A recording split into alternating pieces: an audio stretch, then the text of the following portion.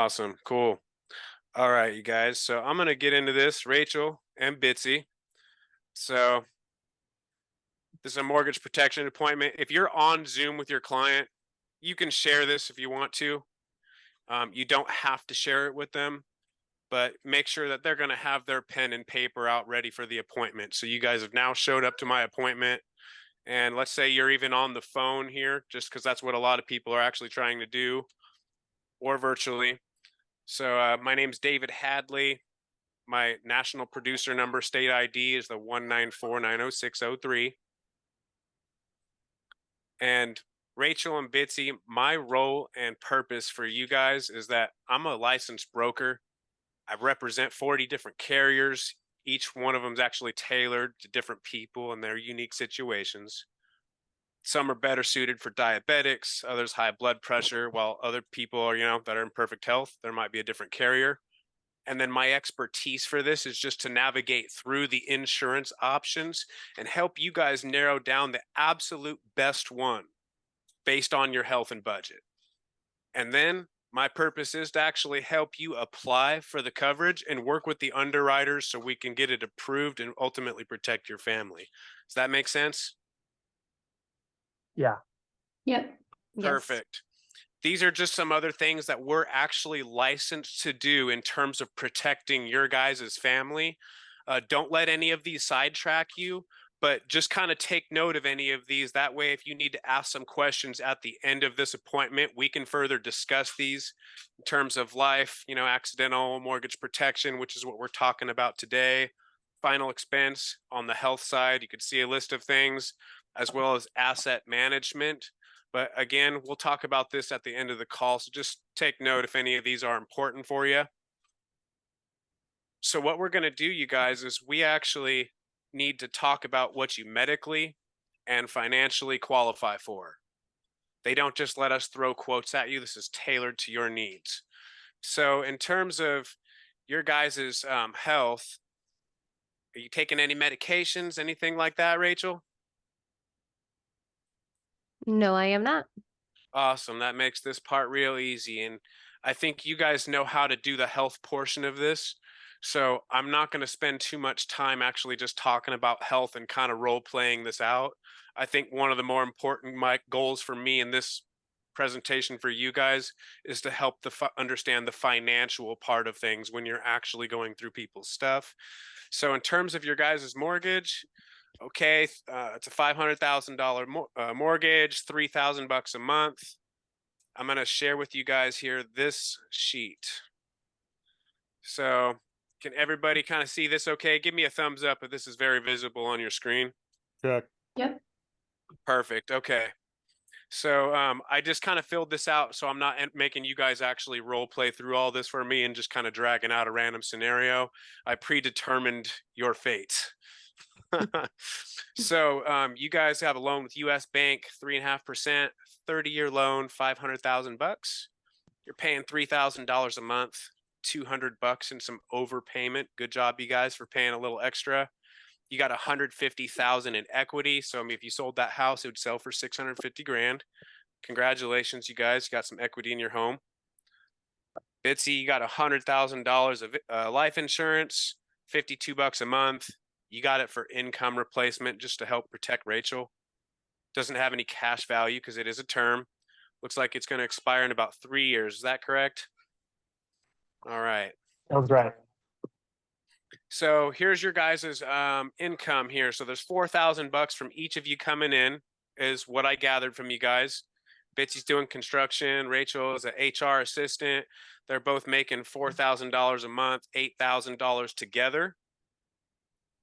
Looks like your guys' mortgage there. So these are some things to consider when you're doing a financial fire drill, you guys, on someone's house, because there's so much they leave out. And one of the biggest reasons that you hear in this industry that people have a 25 or 30% chargeback ratio is probably because they didn't do a good job actually combing through this stuff to really determine if the families that you're sitting with can genuinely afford the policies you're presenting to them without having to change their immediate lifestyle to be able to afford it. Because if you guys put anything in place that's going to cause somebody to have to compromise on their lifestyle psychologically, that's the first thing they're going to get rid of. I want to help you guys eliminate as much chargebacks as I can on the front side of an appointment, not on the back side. So looks like after all of your guys' expenses, you guys will just kind of comb through this. Looked like it was $6,400 a month. Rachel, you're making 4,000. You're making 4,000. You guys got $8,000. Awesome. Rachel, you had a $50,000 401k from your last job, and you left it there, just kind of sitting in the market. Is that correct? Yes, Cool. it is. Looks like you guys have an IRA about $33,000 too. Good job on that. So let's actually get back to the house here. So before we really talk about any options, Rachel and Levi, I want to make sure that I never recommend more or less protection than you guys are going to need. So I'm going to ask you some basic questions to help determine how much we should be looking at. Does that make sense? Yeah. Okay, perfect. So you guys understanding your concerns, and 90% of families are in jeopardy of losing their home when a breadwinner passes. So Rachel, what is your main concern in terms of putting this protection in place for your family? Just that, making sure it's protecting myself and my family and making sure we can continue to live our lives. Fair enough. And then, if Bitsy, your spouse, were to pass away, what would that situation look like from a financial standpoint? It'd be very tough. Can you help me understand what very difficult is? Because that may vary from one family to another. Oh man, I'd have to get another job. You have, Have to take care of the kids. okay, that's understandable. And Rachel, what would it look like for you if Bitsy were to pass away today from a financial standpoint? How long could you stay in that home? I could stay in our home probably for a couple months if I'm being smart, but definitely not long term. Okay. So would you want to stay in your home or would you want to move? I would want to stay in my home. Okay. So if you want to stay in your home, can you afford to? No, Okay. And then if you want to move, if you were to move, where would you go? Like, would you rent? Would you move in with family or buy another home? I would most likely move in with family or rent. That helps me understand a lot better here how things are looking. So you guys, before we get into options, it's important that you know what your options actually are. So knowing your options here, number one is a full mortgage payoff. It's harder to qualify for as we age or develop any health issues. Thankfully, you guys are young, so this is still going to be in the cards. There's a partial mortgage payoff, which, partial coverage for natural death and partial coverage for accident only. This is a more affordable option. Many families in your shoes do this. Just for example, like a $200,000 mortgage, 100K might cover a death of like natural causes, and if you were to die of an accident, it would double and pay like 200, right? And then this is actually the most popular option for people that are 65 and up. Sometimes young people take this option depending on how their cards look for them.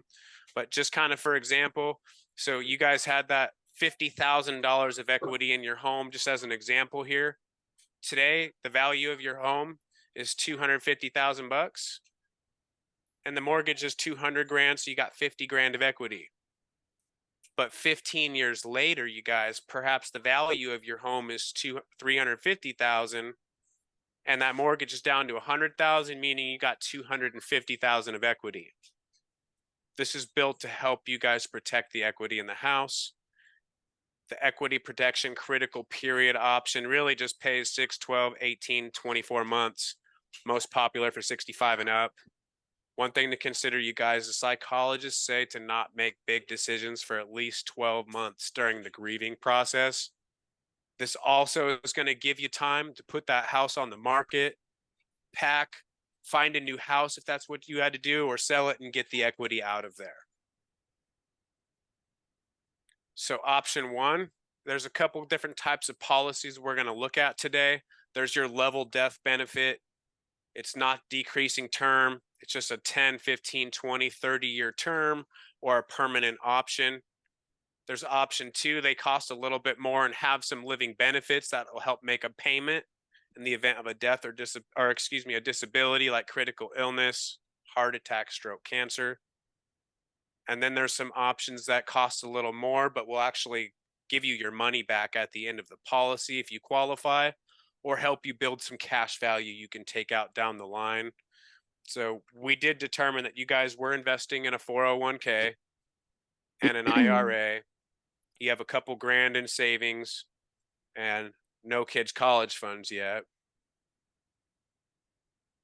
So as we go over some specific options, you guys, it's important that we find something that gets you the protection that you need and fits within the budget. If these options are out of your budget, please just let me know up front, you guys, and then we can adjust that, okay? All right. And then this is going to be like a general equity protection here, you guys. You can go down to your options. You could do full payoff, half payoff, 2 or 4 years of mortgage payments for younger kids. If they're an elderly couple, 65 and up, generally you're talking about equity protection. So you're going to be focusing on that 24, 18, 12 months. In terms of actually presenting your options, you guys, the way I've been trained, I know different people do different things, but I worked in some car dealerships too, and they always said to get the sticker shock factor out of the way first. So you want to present the most expensive option first, so that way it's only getting better in their mind instead of starting low and then raising red flags going up. I've always been trained to get sticker shock out of the way first, so I like to present your most expensive, your middle, and option number 3. Most people actually take the middle option. So just kind of understand that when you're staging your options. You know, this can be a little bit closer to the most expensive one. It's a little bit less. They want that value. And then this one may be a little bit further away. Again, staging your options is going to be strategic because Bitsy and Rachel had $1,400 left over. They both made $4,000 a month. Their bills were $6,400. Neither one of them were going to last very long without the other's income. So you go through this for each of them, what their options are. So Bitsy, which one of these options gets the coverage your family needs and fits in the budget? And then quiet. Next person to talk loses after you present your options. They answer your question, option 2. Okay, and then you're going to go into the online application. You're going to help them fill out the application, submit a request for coverage. And then there's some final questions that you can ask at the end. Never do this in the same appointment. This is always going to be a follow-up appointment.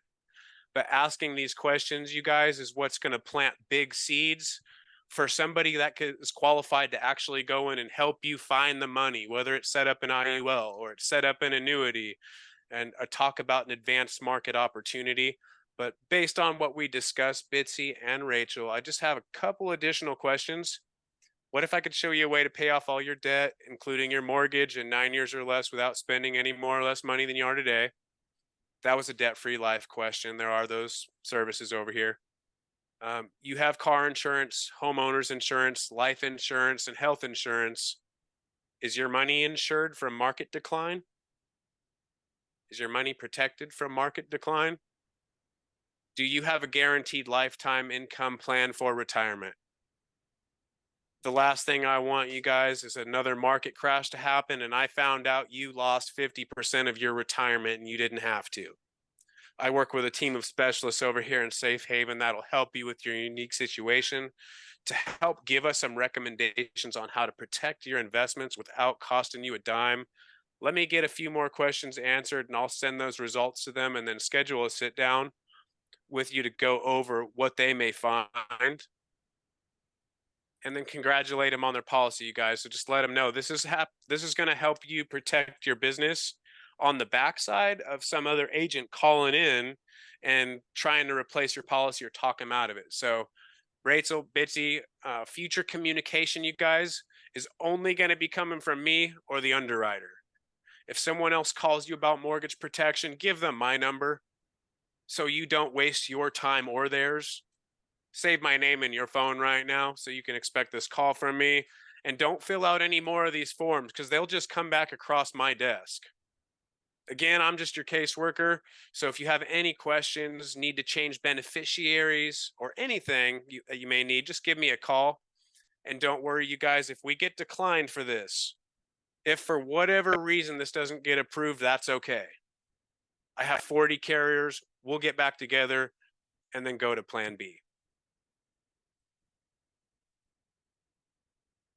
I know that was kind of fast forward of a presentation, but I more wanted to touch on the financial spot. You guys have any questions, comments?